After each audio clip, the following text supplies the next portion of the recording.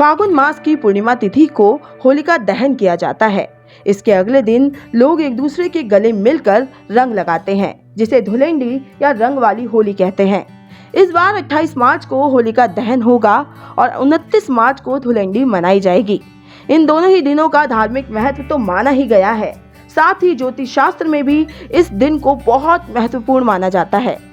यदि आपके जीवन में किसी प्रकार की समस्याएं हैं या आप शत्रुओं से परेशान हो चुके हैं, तो होली की राख के कुछ कारगर उपायों को करके आप इन सभी परेशानियों से मुक्ति प्राप्त कर सकते हैं।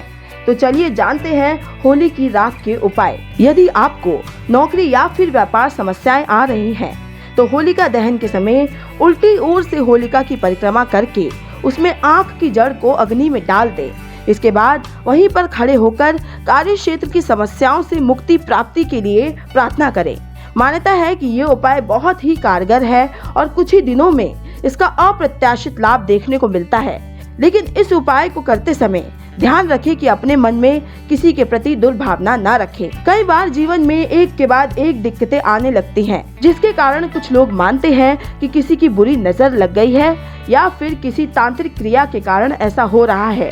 यदि आपको भी ऐसा लगता है कि किसी ने आपके ऊपर कोई तांत्रिक क्रिया की है, जिसके कारण आपके जीवन में समस्याएं आ रही हैं, तो होलिका दहन के समय एक पान लेकर उसके ऊपर एक बताशा, थोड़ी सी मिश्री, एक लौंग का जोड़ा, देसी घी में डुबोया हुआ, ये सारी चीजें होलिका की अग्नि में प्रज्वलित कर दें। अगले दिन जब होलिका की अग्नि शांत हो जाए, तो होलिका की थोड़ी सी राख लाकर उसे चांदी में ताबीज की तरह जड़वा लें। इस ताबीज को अपने गले में धारण करें।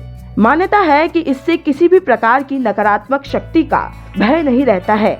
इसके अलावा माना जाता है कि आपका शत्रुओं से भी बचाव रहता है। यदि आपको धन संबंधित समस्याओं का सामना करना पड़ रहा है, कई दिनों से कहीं पर आपका धन अटका हुआ है, परंतु बहुत प्रयासों के बाद भी व्यक्ति धन नहीं लौटा रहा है, तो जिस स्थान पर होलिका दहन किया जाता है, वहां पर अनार की लकड़ी से उस व्यक्ति का नाम लिखें जिसके पास आपका धन है।